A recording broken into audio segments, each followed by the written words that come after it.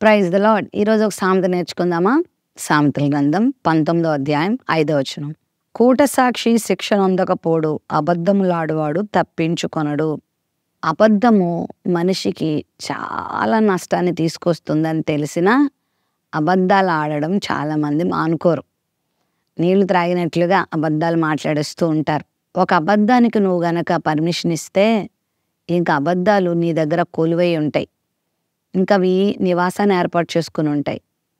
ప్రారంభంలోనే సత్యాన్ని పలకడం నేర్చుకో. అబద్ధానికి తావు ఇవ్వద్దు, అబద్ధానికి చోటు ఇవ్వద్దు. ఎందుకంటే అబద్ధం ఆడేవారు తప్పించుకోలేరు. తప్పించుకున్నట్లుగా ఉంటారు కానీ ఆ అబద్ధాలే ఒకరోజు ఆ మెడను చుట్టుకొని ఉరితాడుగా మారిపోతాయి. కాబట్టి అబద్ధమునకు చోటిచ్చి జీవితాన్ని పాడు చేసుకునే కంటే, కూట సాక్షులుగా ఉండే కంటే, అబద్ధికులుగా బ్రతికే కంటే సత్యము కలిగి సత్యములో ఆనందిస్తూ, సత్యమును ప్రకటిస్తూ, సత్యమునే మాట్లాడుతూ దేవుని దీవెనలు పొందుకోవడం చాలా మంచిది. అబద్ధం మీద నీ జీవితాన్ని కట్టుకుంటే నీ జీవితం కుప్పకూలిపోతుంది. నువ్వు తప్పించుకోలేవు. ఏదో ఒక రోజు దొరికేస్తావు. ఏదో ఒక రోజు నీవు నష్టాన్ని పొందక తప్పదు. కాబట్టి అబద్ధములు ఆడొద్దు.